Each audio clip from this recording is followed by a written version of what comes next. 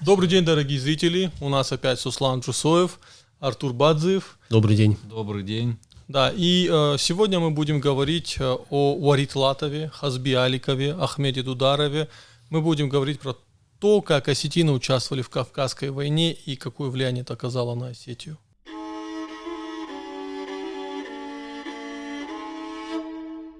Прежде хочу сказать, что история Чермена, как я сказал в прошлом подкасте, она все-таки соприкасается с историей Ахмеда Дударова.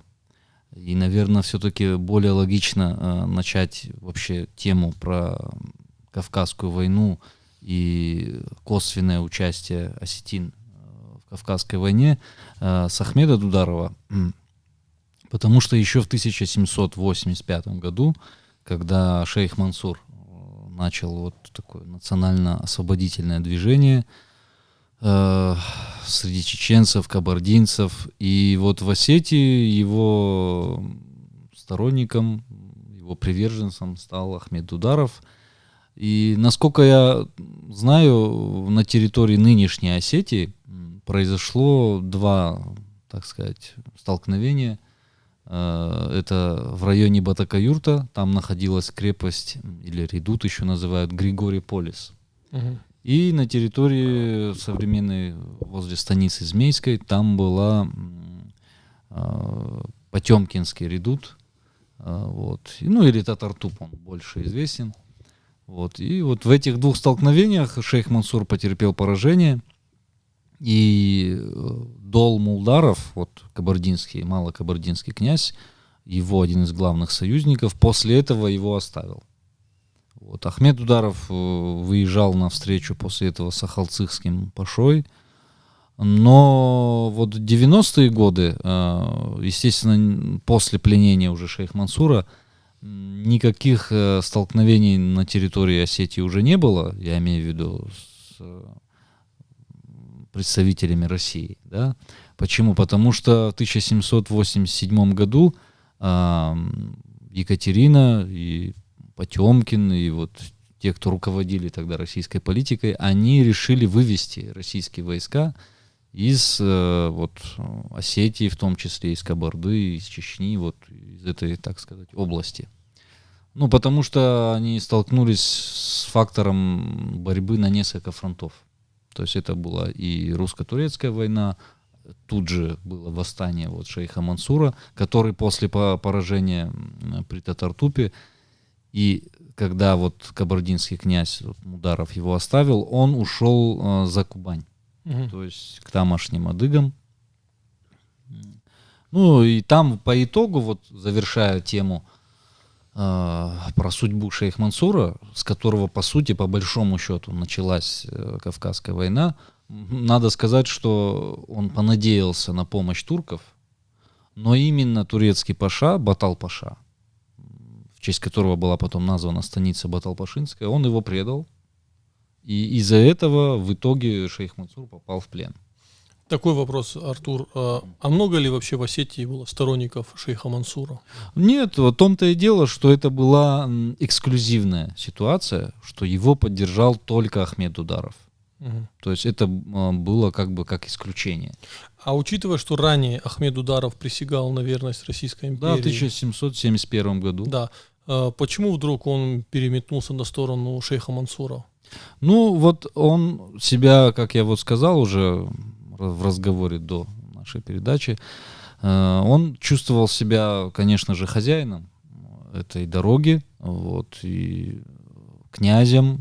Об этом, собственно, даже есть упоминание о том, что Потемкин послал ему, к Ахмеду Дударову, своего посланника, который требовал, чтобы он там оказывал услуги российским войскам, там, как сказать. И у него был такой ответ, ну, сейчас точно не могу воспроизвести, но по смыслу такой, что я здесь чувствую себя князем на своей земле, и я никого не боюсь, и я никому не собираюсь никакие услуги оказывать. Ну, вот по смыслу был такой ответ Потемкина. Потемкин, он, я думаю, сам Дударов понимал, что это представитель высшей власти России. Вот. Но, конечно, вот они, Дударовы, привыкли взимать дань со всех проезжающих. Потому что, это логично. Так же, как в Алагирском ущелье, еще в аланское время. Мы видим даже вот это Чарымад. Там, есть вот эта таможня, условно говоря. Аланы еще в древности контролировали вот этот значительный участок шелкового пути. Вот этот и Дарьяльский проход, и Клухорский, и вот военно-Остинская дорога, то есть Алагирская. Все это части шелкового пути, на которых наши предки восседали, можно так сказать, издавна. И, конечно, они привыкли взимать дань, как своего рода таможня, да.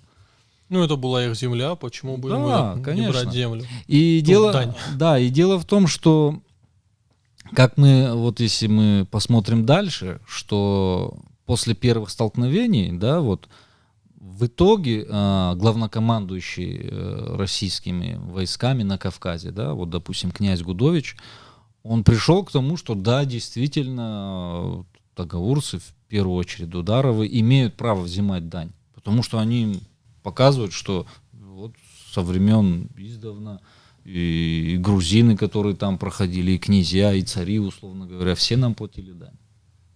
То есть обосновано было. Короче говоря, если говорить цинично, потихоньку Россия пыталась продавить Ахмета Дударова после того, как он присягнул, на то, чтобы он представлял сверхэксклюзивные права российской армии. Да, конечно. Дударов отказывался. Наверное, он на какие-то уступки готов был пойти, но не настолько широкомасштабные. Россия, чувствуя свою военную мощь и наступление, решили просто лишить этих привилегий Ахмета Дударова, лишить его земли. То есть это спор хозяйствующих субъектов за землю, за дорогу, более того, я скажу еще более, за инфраструктуру. Да, тут нужно еще понимать, что когда подписывались, давались вот эти присяги на верность, что каких-то допустим, договоров этих присяг, у нас не сохранилось, насколько я во всяком случае знаю. И нужно понимать, что эти присяги воспринимались тем же Дударовым и теми же другими тагиатами больше как какой-то дипломатический союз, нежели что они вступают в подданство. Даже если переводчики, толмачи, они это так, наверное, как-то указывали, но как мы видим, что в основном это воспринималось осетинами, если контекст проанализировать, как заключение союза, а не то, что они становятся на уровне тех крепостных, условно говоря, жителей России, или подданных. Об этом даже, кстати, упомянул император Павел I, когда в Хазнедоне произошло столкновение кабардинских князей с фамилией Сиоевых. И после этого кабардинцы разгромили церковь, которая была построена духовной комиссией. И, то есть получился такой конфликт, и Павел I к Норингу тогда, он сказал, что эти все народы, то есть и кабардинцы, и осетины, они больше в протекторате нашем, нежели в подданстве. Поэтому, говорит, во внутренние дела их не вмешивайтесь. Изначальный договор у Остин же был, что во внутренние дела, правда, никто вмешиваться не будет. Вы только даете нам дорогу. Олег, это уже, скажем так, предмет отдельного разговора. Вообще, чтобы поместить наш подкаст и тему с Ахметом Дударовым в более широкий контекст, нужно сказать, что изначально вообще, прямой или косвенной причиной, называйте как хотите, самого начала Кавказской войны было присоединение Грузии к России. Правильно, абсолютно. То есть спасибо, Суслан. Грузия была присоединена по Георгиевскому трактату, и, соответственно, ситуация сложилась такая. Если посмотреть на карту, Российская империя, Грузия, и между ними были горцы. Буфер такой. Между ними буфер, и, естественно, у России, поскольку Грузия была их плацдармом, важнейшим плацдармом в этом регионе, стал вопрос обеспечения безопасности коммуникаций логическим образом. А коммуникации, как Артур правильно заметил, издавна в этом регионе контролировали аланы. Скажем так, это была такая ну, не то что специальность, ну, вот так сложилось. И Дударов, и в частности Ахмед, он, ну, по современным меркам это был бы, наверное, ну, я не знаю даже по влиятельности, с кем его сравнить. То есть человек, по сути, сидел на стратегической коммуникации, единственной на тот момент, которая связывала Россию и Грузию. И вот Кавказская война, и вот все, что произошло после, в том числе и с Ахматом Дударовым, и вот события в Осетии, они были связаны именно с желанием и необходимостью России обеспечить безопасность Грузии. Я два момента хочу заметить. Обрати внимание, Артур, как нас поправил со Слан, сказал Да, Ахмед. очень важная Да, поправка. Ахмед. Нет, я вас не поправил, мне просто легче, это естественно, на стинский манере я имена имею в виду произносить. очень важная поправка насчет Грузии. Не, я что насчет она произношения. Да, нет, Точно, я да, тоже. ну, Ахмед, да, ну, по-стински. Как и да. Мохаммед, да. Мохаммед Ахмед, И да. второй момент, все-таки надо учитывать, что тут не только была инициатива со стороны России решить проблему с этим северогорским анклавом, да. Грузины же тоже постоянно написали письма в Россию о том, что нас терроризируют. Конечно, Леки, конечно. Особа, турки, иранцы. абхазы. Естественно, Алик, Хисты. Грузия, да, ну, пусть уже говорят что угодно и как угодно, но это исторический факт. Современная Грузия, она была собрана Россией из разрозненных земель, которые находились под контролем Турции, Ирана, ну и так далее. То есть они себе там устанавливали плацдарм.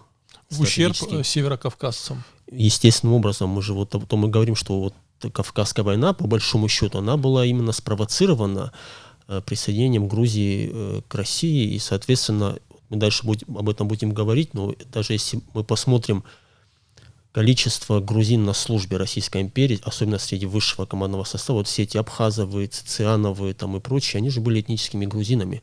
То есть у Грузии тут был свой интерес, на тот момент абсолютно противоположный интересам кавказских горцев, и они его преследовали. Более того, российская власть, это странный момент, я никогда не могу понять, российская власть отдала Северный Кавказ на откуп грузинской элите, и вот кейс с историей Мохаммада Тумаева, это ведь, ну, реально, семья судилась за свое право, которое она по праву получила, но поскольку это все застревало под грузинским, как сказать, куполом, а они просто, ну, решали это дело как им надо. Моя семья, кстати, тоже постоянно с Павлодановыми судилась за земли, которые у них отнимали. Я думаю, мы вот немного вперед забегаем, просто, Олег, мы этой темы коснемся. Я думаю, нам нужно вот пока завершить тему с Ахметом Дударовым. И важным очень годом в истории Осетии, 1804 годом. Просто небольшая ремарка, вот о чем вы говорили, о том, что вот он присягал или там вступал в союз с Россией, потом присоединялся к шейху Мансуру. Нужно понимать, что Ахмед Дударов был в полном смысле этого слова политической фигурой. То есть к человеку там послы от иранского шаха приезжали. У них тоже, конечно, был интерес к этой коммуникации. И он, как и всякий в его положении, ну, он лавировал, у него были какие-то там дипломатические партии. И в зависимости от меняющихся обстоятельств он, соответственно, и принимал разные решения, так скажем. Ахмад Дударов первый большой политик на Северном Кавказе, да? Ну, насчет Северного Кавказа, наверное, ты погорячился, что он первый большой политик, да.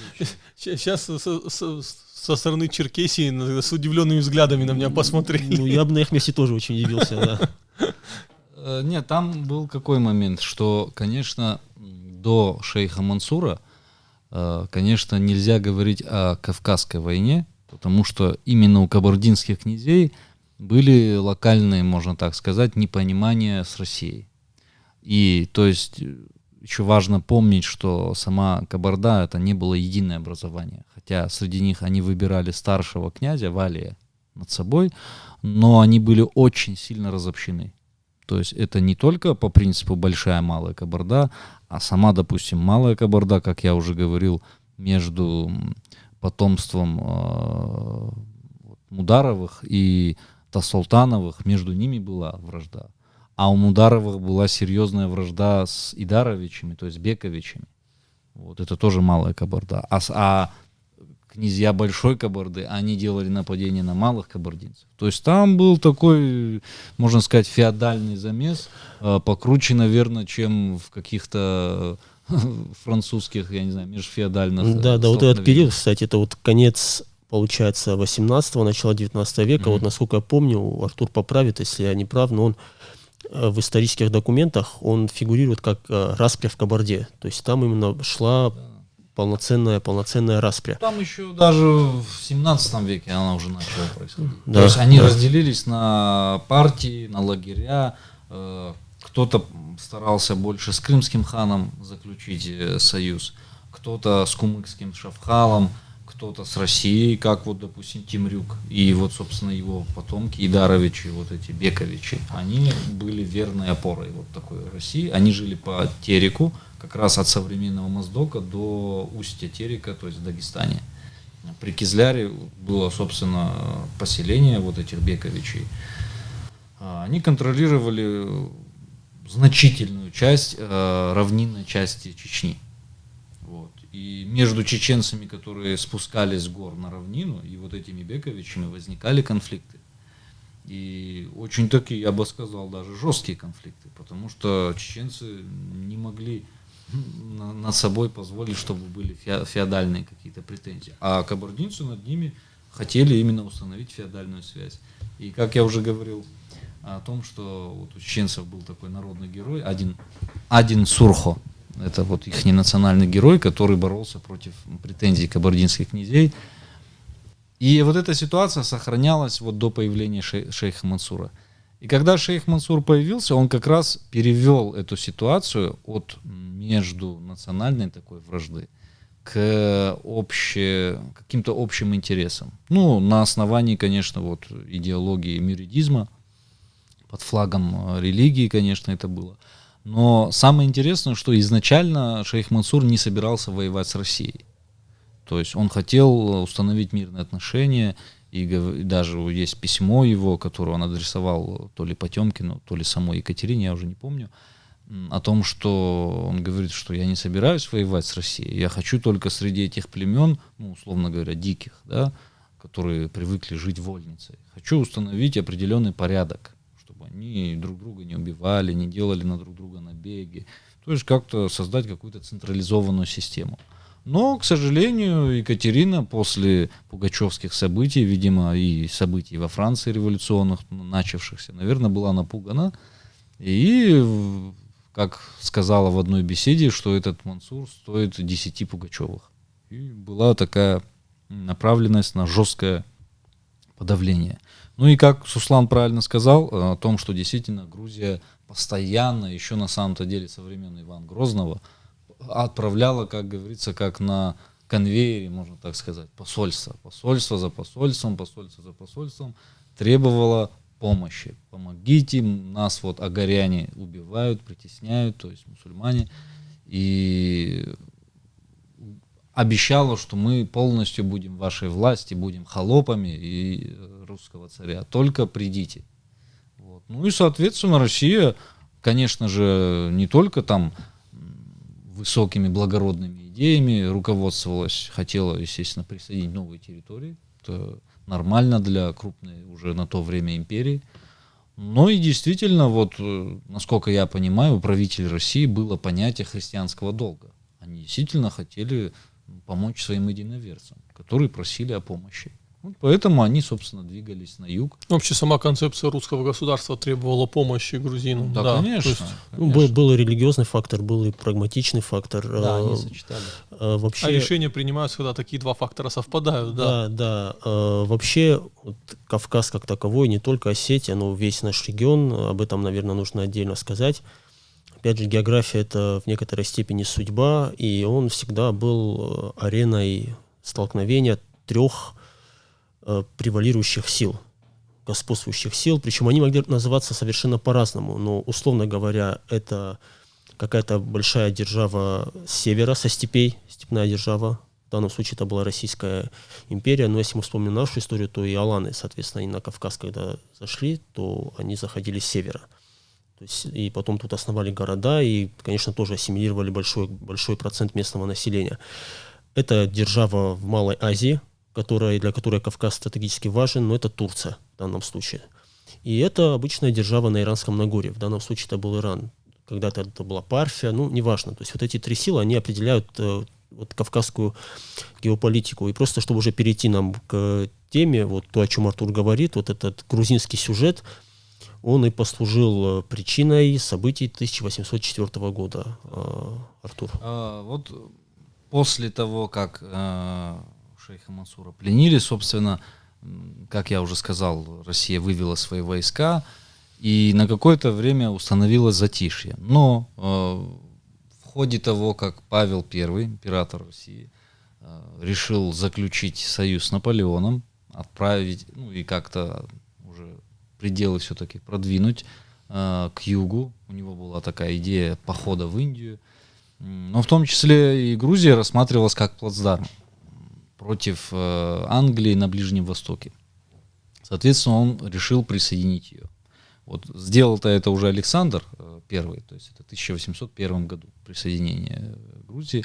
И здесь важно упомянуть, что вот часто грузины говорят о том, что, мол, Россия нарушила Георгиевский трактат, потому что по Георгиевскому трактату предусматривался только протекторат над Грузией, ну, при сохранении ей, ну, так сказать, суверенитета во внутренних делах. Но дело в том, что это не совсем так, потому что последний грузинский царь, Георгий XI, по-моему, насколько я помню, он сам завещал передать власть над Грузией полностью русскому царю.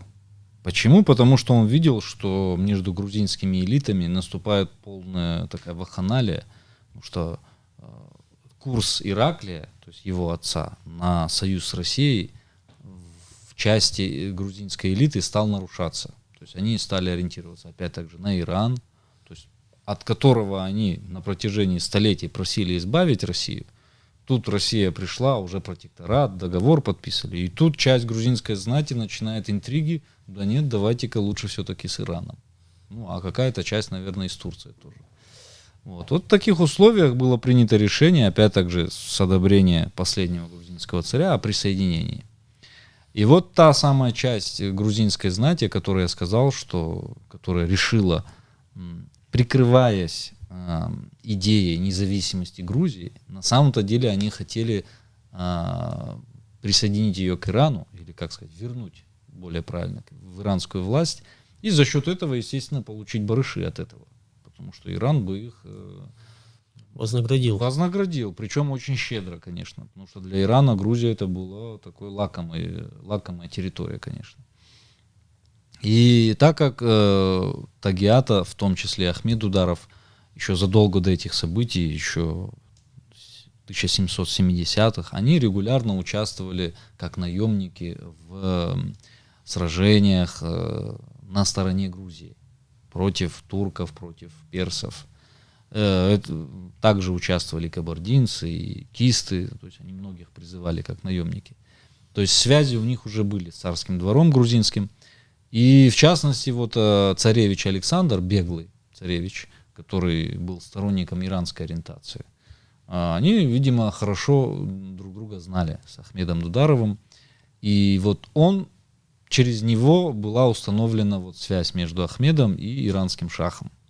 И, естественно, иранский шах отправлял, это известные фирманы, это вот в истории Осетии Зарова хорошо описывается этот момент, что отправлял фирманы, то есть указы, или, как сказать, призывы. То есть шах обращался непосредственно к Ахмеду Дударову и остальным тагиатам и куртатинцам, что закройте путь России, скоро я приду с большим войском. Ну, собственно, тогда и началась русско-иранская война в 1804 году. Потом и русско-турецкая тоже началась. И, конечно, вот был, который тогда главнокомандующим, Цицианов, он сам был выходец тоже из грузин. Грузин, этнический грузин, да, из московских грузин. Да, из московских грузин.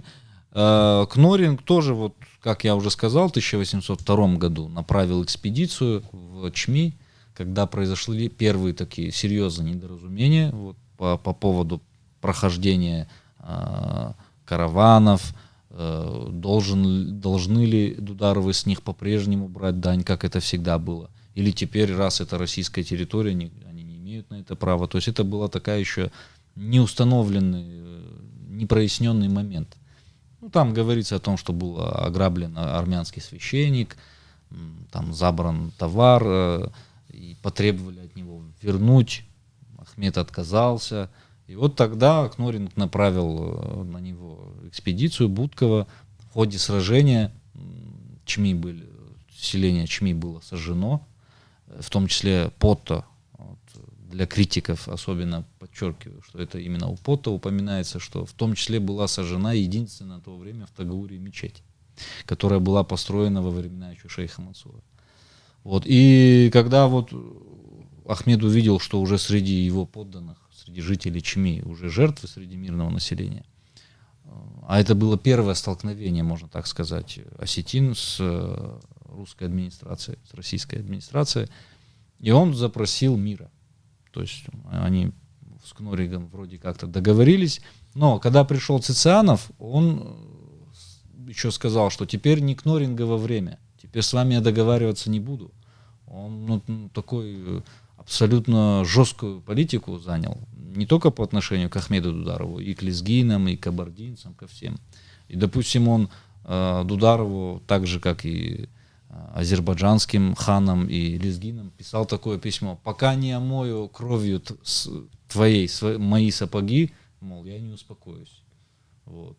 Или там по такому типу, что у льва с жертвой переговоров быть не может.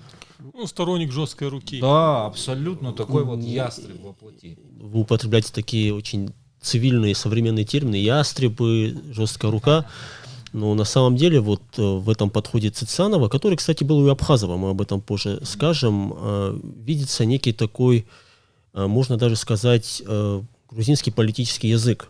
Об этом, кстати, Блиев очень хорошо писал вот в своей известной книге, которую я всем рекомендую, «Южная Осетия в коллизиях российско-грузинских отношений», что это непосредственное влияние иранской и турецкой политической культуры. То есть вот даже вот в этих оборотах лев там не договаривается с жертвой, я омою там свои сапоги вашей кровью. Да. В этом же есть вот какие-то вот эти восточные обороты, конечно, восточный пафос, вот, да, политическая поэтика. Поэтому, несмотря на то, что Цицианов был московским грузином, да, вот по культуре, по крайней мере, по своей политической культуре, он, конечно, был грузином, так скажем, потому что тот же Кноринг, например, он себя не вел так. Если проще, то Цицианов любил пацанские цитаты из «Контакта», да? Да, но чтобы с этим... Из персидского контакта. Да, из персидского контакта. Да. Момент, который еще важно проговорить, Алик, вот, о чем Артур говорил, о связях Ахмата Дударова и шейха Мансура, и потом о конфликте, который был еще в 1802 году, потом перетек в конфликт 4 года. Вот эти конфликты Ахмата Дударова с российской администрацией и его связи с шейхом Мансуром, они на самом деле слабо связаны. То есть, чтобы наши зрители не посчитали, что вот эти конфликты произошли потому, что у Ахмата были связи с шейхом Мансуром. Нет, тогда ситуация была такая, что российская администрация здесь присутствовала очень хлипко, так скажем. Это еще вот была заря российского присутствия на Кавказе, можно так сказать. И ситуация менялась буквально там от года к году. И, соответственно, вот то, о чем Артур начал говорить, вот этот конфликт, он опять же был связан, вот этот инцидент с армянскими купцами, который якобы послужил поводом к конфликту, но понятно, что если подходить к делу рационально, опять же, причиной было желание Цицианова и желание российской администрации обеспечить безопасность своей коммуникации в Грузию. То есть они уже вести разговор с Ахматом Дударовым так, как они его вели раньше, они уже не хотели. Угу. Да. Ну, чтобы не сильно не загружать наших слушателей этой информацией, можно сделать такую небольшую отсылку. Я лично рекомендую книгу, опять также Блиева, «Русско-осетинские отношения» в первой трети 19 века, во второй половине 18 и в первой трети 19 века. Там очень подробно, буквально в мельчайших деталях описываются эти экспедиции, эти переговоры, причины, последствия всего вот того, что было во времена Ахмеда Дударова. Я хотел бы вот упомянуть просто такой момент, что даже несмотря на такую радикально жесткую позицию Цицианова по отношению вот к восставшим осетинам в 1804 году, известный его указ пороть, рубить и резать без Без пощады. пощады, да. Ну, да, это такие известные. Но по итогу, после того, как это движение было подавлено, там, с юга двигался сам Цицианов, больше по территории Южной Осетии, Гудыком, вот, Тыршигом, вплоть до Дарьяльского ущелья. А с севера шел генерал Несветаев. Вот. Там еще был такой интересный момент. В Казбеги соединились, то есть пришел с севера Ахмед Дударов с тагаурскими и ингушскими отрядами. У него был отряд в 200 человек, ингушей, наемников, которым он платил серебром. Туда же подтянулись южные осетины, туда же подтянулись хевсуры, тоже и махевцы. Это такой был очень значительный отряд, порядка, ну, как пишется, порядка 7 тысяч. Нужно понимать, что по масштабам Северного Кавказа 7 тысяч это было очень значительное. Их еще уместить надо было как-то в ущелье, да. Это огромная на самом деле численность для Северного Кавказа. Ну и вообще, ну, даже сейчас 7 тысяч это очень большая группировка. Тогда это была вообще беспрецедентная по своим размерам. И вот руководящая роль Ахмеда Дударова и, собственно, как сказать, тагаурцев вот в этом движении, она выразилась в том, что все те, кто подходили, южные осетины, вот Гуда, турсовцы, хевсуры, там вот описывается, что они присягали под знаменами тагаурцев воевать вот за общие, как сказать, интересы с Цициановым, ну, с российской, так сказать, администрацией. И здесь вот важно очень подчеркнуть, что эта война была не то, что там из ненависти к русским или к России, а именно в том контексте, что горцами воспринималось, что Россия в лице вот своего военачальника нарушает те обещания, которые она давала. То есть, что она нарушает те договоры. Потому что при договорах всегда подчеркивалось, что вот та земля, которую горцы уже занимали, ну, в частности, допустим, вокруг военно-грузинской дороги, что она будет в вечном и потомственном владении. А потом мы видим, что Цицианов заставляет Махамата Дударова, который владел Ларсом, уступить эту землю. И там устроили крепость. И также Цицианов в письме Александру Первому делился таким планом выселить вообще тагаурцев с притеречной вот этой дороги, с военно-грузинской, и сделать там чисто вот военную такую... Хотя, в принципе, не считая селения Чми, они так и сделали. То есть в Ларсе была крепость, в Балте был редут, в Реданте тоже был. Почему сделал такую ошибку? Потому что Редант это, по сути, тоже как бы редут. То есть такой пост военный был. Ну да, Ларс потом, кстати, захватили. Вот это осетины, они же его потом взяли. Да, в ходе вот этого восстания Ларская крепость была взята, которая была незадолго до этого построена. И, собственно, вот замок князя Казбеги. Вот эти князья Казбеги, они были, ну, такой главной опорой, верными такими, как сказать, слугами российской власти в этом регионе, опорой. И поэтому вот они все собрались, но при этом опять же Ахмед Дударов и другие тагиаты, которые с ним были, они лично его знали, этого Александра Казбеги, и просили его, что, мол, сдайся добровольно, мы же в хороших отношениях до этого были, мы же друг друга знаем, мол. А он говорит, что я вот пообещал защищать, как бы вот. Там у него был отряд солдатов. Ну, в итоге они, естественно, взяли их измором, то есть осада там продолжалась несколько недель, у них там закончилось пропитание, и они вынуждены были сдаться. Но самый тут показательный момент, что повстанцы не поступили с ними жестоко. Хотя у тех, кто пострадал от экспедиции Кноринга, то бишь Будкова в 1802 году, у кого погибли родственники, у них были желания отомстить. Но на Нехасе, так сказать, всех вот лидеров повстанцев, они решили, что они не будут вот так убивать там солдат простых. И они отпустили, то есть довели их до первого там пункта, отпустили. Вот, ну, возвращаясь вот к тому, что было после подавления, Ахмед Дударов после того, как с боями вот, Несветаев взял эти все, они там делали завалы на военно-грузинской дороге, то есть, ну, как это понимать, валили деревья, там, камни, большие валуны, чтобы не могли пушки пройти, то есть, ну, соответственно, и всадники, ну, и вот и они, соответственно, стреляли там, да, вот с этих горных вершин, скидывали камни на них. Ну, конечно, это были такие кровопролитные Я, кстати, дела. воспоминания одного из офицеров помню, который говорил, что эти падающие камни сверху, они очень сильно, ну, давили психологически, и с ними был проводник осетин, который предупреждал, когда на них начинали кидать камни, он кричал «дур, дур», ну, что по-осетински камень. Да-да. И вот этот крик, он, ну, просто не мог, во сне ему снился еще долгие годы.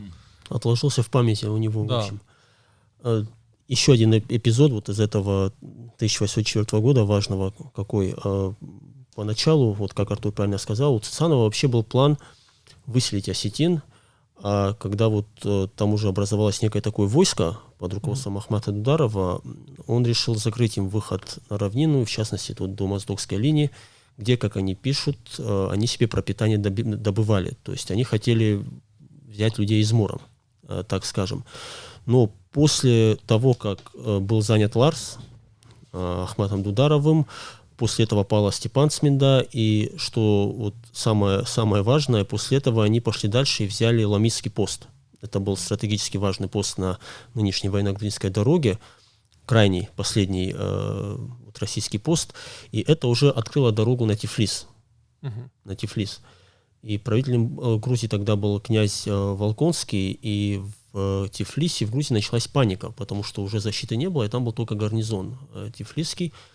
И поползли слухи, что уже там к Ахмету присоединились лезгины, присоединился весь Кавказ, и что вот они сейчас пойдут на Тифлис и все разграбят. И они попросили дополнительного контингента, давай так скажем, и был направлен полк, так называемый Рыжкин полк. И поскольку донских казаков, там было порядка, численность была около 500 человек. Соответственно, там был обоз, вот вьючные животные, лошади и так далее. Внушительная сила по тем временам и для этого региона. И поскольку уже дорога через Ларс, она контролировалась уже Тагиата, то они пошли через прототип Транскама нынешнего, то есть через Южную Осетию. И этот полк, он в 1804 году в Южной Осетии практически в полном составе погиб. Он до Тифлиса не дошел, потому что они смогли дойти только до Жомахгома, Жомахское ущелье, после чего там произошло столкновение с южными осетинами, с местными осетинами, в результате чего полк прекратил свое существование. То есть там...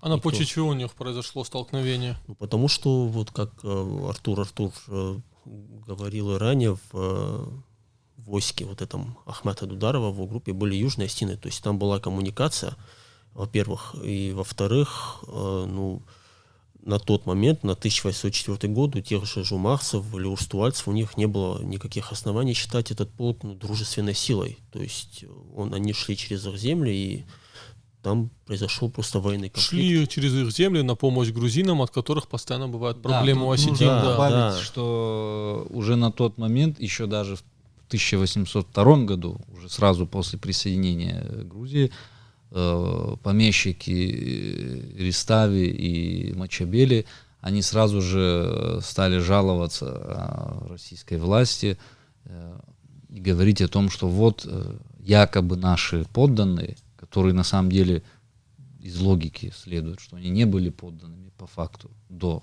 присоединения к России, они говорят, вот наши подданные нас не слушают, то есть вот жители Южной Осетии, и просили помочь России установить власть над этими людьми. И была в 1802 экспедиция Симоновича, но она не дошло тогда до военных столкновений.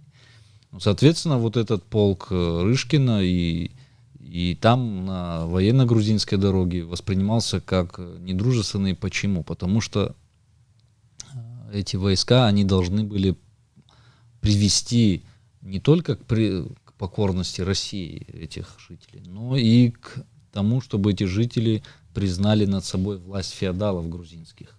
Ну, а это, конечно, горцы никак не могли себе позволить, потому что они себя считали свободными и не считали себя подданными этих князей. Вот.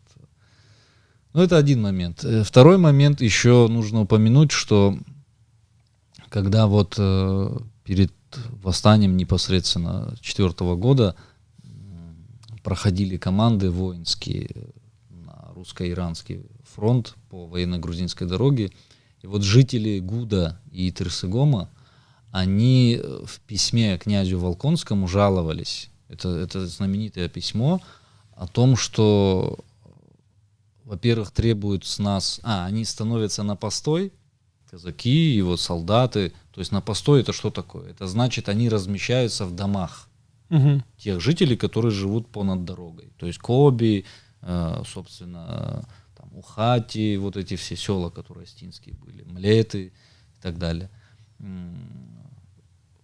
И, то есть, кормить они должны, те жители, у которых они расквартировались. Ну, соответственно, мы понимаем, что подвыпившие, условно говоря, там, солдаты могли к женщинам там приставать, да, казаки. И потом в этом письме упоминается, что во время вот зимы заставили нас разгребать вручную снег, прокладывать дорогу, и когда там скот, допустим, уже, не знаю, не мог, наверное, тащить какой-то груз, они, говорит, запрягали нас, и в том числе наших женщин, и били их плетьми. Ну, надо представлять, насколько это было, как сказать, унижением достоинства горцев. Удар плетью, это был вообще в Осетии повод для кровной мести. То есть это встречалось гораздо реже, чем убийство. Удары плетью или палкой, они были настолько редки, что когда вот они происходили, то между мужчинами или вообще, об этом слагали чуть ли не песни. То есть тут вот мы приходим к моменту разности культуры, разных представлениях вообще о понятии достоинства человеческого. Тут нужно еще понимать, что вот те генералы там или полковники, которые приезжали с России на Кавказ, они-то опирались на тот опыт взаимодействия с простым населением там, в России, где были крепостные люди. Ну, по факту это были крупные рабовладельцы. Конечно, которые поэтому относились ко всем, условно говоря, простым людям, как к рабам. Да. Вот. А тут-то горцы себя, естественно, считали свободными, и у них было понятие о достоинстве, что никто не имеет права меня унизить, даже какой-то князь там, условно говоря, да. А тут вот они увидели вот такое отношение. И это послужило, вот, то есть несколько факторов, да, в случае с Ахмедом Дударовым, то, что у него пытались отобрать право контролировать эту дорогу, в случае с жителями Южной Осетии, то, что над ними попытались установить власть грузинских феодалов, которой по факту не было до этого. Мы знаем, что даже царь Грузии, Ираклий, лишил их всяческих прав на Южную Осетию. Поэтому то, что грузинские националисты называют эту землю Самочабло, это вообще даже с этой точки зрения, даже с внутренней грузинской, уже неправильно. Получается, они... И, кстати, Ираклий в своем письме говорит, что будь проклят тот из грузин, кто вернет им эту землю. Вот. А Ираклий это, по сути, наравне с Давидом Строителем один из самых эффективных правителей Грузии. Они, получается, плюют на его память. Ну, да ладно. И вот третий момент, это ихнее дело. И третий момент, вот то, что тех жителей осетинских сел понад военной грузинской дороги, уже в закавказской части, вот такие подвергались унижениям, ну, конечно, это вызвало возмущение. И тут я, конечно, хочу упомянуть вот то, что я вам говорил, о том, что в 1802 году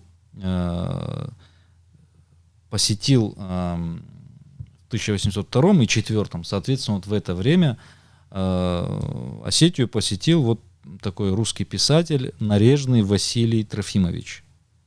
Родом был он из Полтавщины. Вообще мало кто знает, естественно, он не такой знаменитый писатель, он еще был драматург. Тут я хочу так коротко немножко зачитать. Он создал такой роман в 1818 году, роман «Черный год» или «Горские князья». Опубликован он был уже после его смерти в 1829 году. в котором сатирически нарисована картина существования кавказских феодалов, грузинского духовенства и злоупотребления властью русской администрации. Это была одетая в кавказскую экзотику карикатура на самодержавный строй в России. Посетив дударовские аулы между Владикавказом и Степано-Цминдой, он изобразил Ахмеда Дударова в образе персонажа Кайтука, который вызвал к себе вражду в кавычках тибетского Далай-ламы, под которого он имел в виду царя, отказавшись платить ему дань. Уже смешно, если честно, да. Да. Но он сатирик был. Он был не просто писатель, именно вот сатирик. Отказавшись платить ему дань. Вот здесь очень важный момент, что действительно Ахмед Дударов не только требовал, чтобы ему платили дань, проезжающий, как и прежде, но и сам отказывался, чтобы он был обязан кому-то что-то платить или исполнять какие-то повинности. Вот это очень важный момент. И чем навлек на себя множество бед. И испытал на своем опыте черный год. Черный год — это и есть 1804 год. Кайтук учредил, то есть Ахмед Дударов, некий орден, в кавычках. Его подданные делятся на кавалеров этого ордена и не кавалеров. Здесь что имеется в виду? Конечно же, не все население Тагаурии того времени приняло участие в этом восстании. Да? То есть более такие, так сказать, воинственные, более люди, которые нацелены на какое-то такое, как кшатрии, да, условно назовем их. Вот.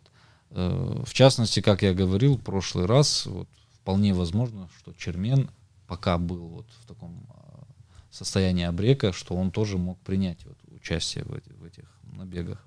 И здесь говорится, этот нарежный пишет, что один из жителей Кайтукиной деревни, который дал Акчми, передавая писателю настроение народа, этот писатель сам пообщался с жителями Чми того времени, передавая настроение по отношению к разоряющим его войскам Далай-ламы, то бишь царя, ответил: «Кучами бы напали на проклятого воинства ваше и передушили бы всех с безумным повелителем во главе, который или не знает, или знать не хочет бедствий, которые причинили нам разбойничьи толпы его, коих он именует воинами-защитниками Отечества».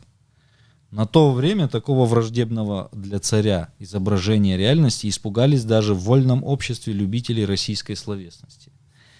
Правда, позже положительно об этом произведении, посвященному событиям в Тагауре, отозвались Пушкин, Вяземский, Белинский и Гончаров.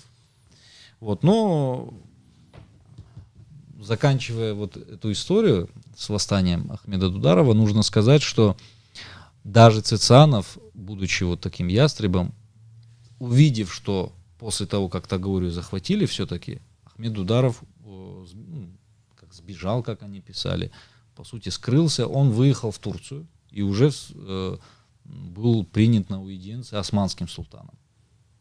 И тут даже до Цицанова дошло, что с таким человеком, как Ахмед Дударов, нельзя так бесцеремонно относиться. И по сути он уже пошел сам первый на некие уступки. То есть он им обещал вернуть его владения, которые они конфисковали. Но в 1806 году самого Цицанова убивают в Баку. Нукер бакинского хана. Кстати, чем были обрадованы многие горцы. И после этого начинаются переговоры между новым главнокомандующим, которого назначил Александр I на Кавказе, князем Гудовичем, и тагиатской знатью, о том, каковы будут условия взимания все-таки их определенной платы за проход через Дарьяльское ущелье. И собственно, возглавлял тагиатов опять же Ахмед Дударов. К тому же периоду относится то знаменитое письмо, которое я упоминал в предыдущем подкасте, Мирзабека Тулатова, князю Величу. Собственно, Дударов в итоге, несмотря на то, что он возглавлял такое, можно сказать, антироссийское движение, по итогу он получил звание майора от Гудовича, он получил абсолютные привилегии, которых они, собственно, и добивались, абсолютно очень хорошие условия, которые устроили всех тагиатов. Это было как раз где-то март-апрель 1809 года. Можно я хронологию проведу? То есть Ахмед Дударов сначала присягает Российской империи, в самом начале. Да. В какой-то момент давление Российской империи начинает усиливаться на Кавказ. В этот момент появляется шейх Мансур, который довольно нес прогрессивные взгляды на весь Кавказ и пытался его объединить. Ахмед Дударов присягает шейху Мансуру, и они вместе начинают работу по объединению кавказских обществ. После ряда неудачных, скажем, битв шейха Мансура пленили. При этом Дударов дальше продолжил существовать как мини-князь на своей земле.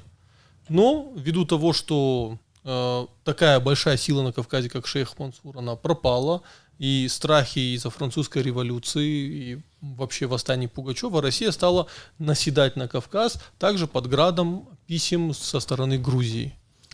В общем, верно. Вот у меня несколько ремарок, чтобы мы перешли уже к более поздним сообщениям. Во-первых, ты назвал сейчас Ахмата Дударова мини-князем. Это было очень неуважительно и очень неправильно. Да, он был настоящим князем, вот без каких-либо мини. Второй момент, опять же, к нему возвращаемся. Вся эта история, весь этот сюжет дударовский, он связан с присоединением Грузии к России. То есть вот эта коммуникация, она была стратегически важна. Она и сейчас стратегически важна, но тогда это вообще была единственная коммуникация, которая связывала Россию, соответственно, с Грузией и дальше с Ближним Востоком. Это второй момент. Третий момент, вот о чем говорил Артур, такая небольшая деталь, вот этот кровожадный Цицанов, который вечно жаждал умыть свои сапоги в чьей-то крови, он не просто был убит в Баку, ему отрезали голову, и голову отправили иранскому шаху, и Цицанов похоронен без головы. То есть голову так и не вернули. И момент еще какой важный. Наши слушатели, многие, и есть такой сентимент в Осетии, это, наверное, отсутствие некоего чувства историзма или здравого смысла, я не знаю, но они могут резонно нас спросить, а вот кто такой был Ахмат Дударов, что он смел там контролировать целую такую федеральную трассу, грубо говоря, да, и сопротивляться там России и всем прочим. Но во-первых, были другие времена, во-вторых, Ахмат Дударов был абсолютно в своем законном праве. Так делали все. И вот когда вы говорите, что он собирал дань, он собирал таможенную пошлину. Таможенная пошлина тоже в некоторой степени это вид дани. Они и сейчас существуют. И то, что он в конечном итоге добился признания своих прав, многое говорит об этом человеке, а добился он их потому, что он проявил силу. Он смог отстоять свои права.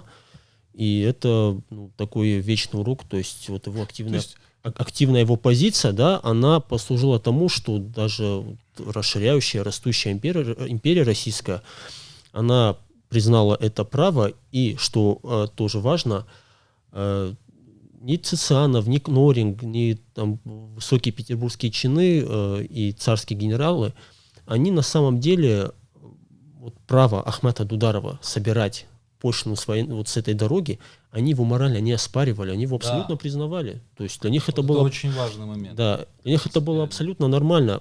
Просто, естественно, им легче было самим там быть и ни с кем не договариваться. Но Ахмат Дударов, он себя поставил так, что с ним были вынуждены договориться, и, соответственно, он получил привилегии. И не только он, но и, соответственно, зависимые от него люди.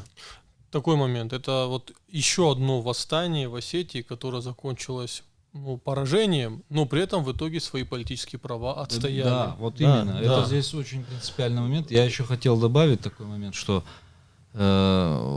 некоторые, так сказать, люди, которые придерживаются монархических взглядов, назовем это так. Булкохрусты мы их называем. Да, они говорят о том, что разбой.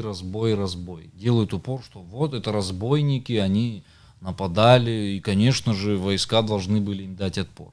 Но здесь как раз суть в том, что российская власть сама признавала права Дударова на эти земли. То есть, что он не был какой-то там бандит с большой дороги, который, вор, хотел что-то украсть. Он считал, что это его земля, и действительно это так и было. Его замки родовые там находились.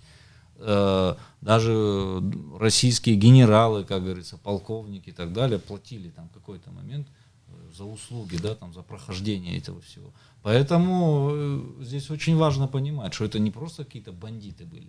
Это была территория родовая этих людей. И они имели полное право и со своего мировоззрения адатного, и со стороны российского закона тоже получать эту дань.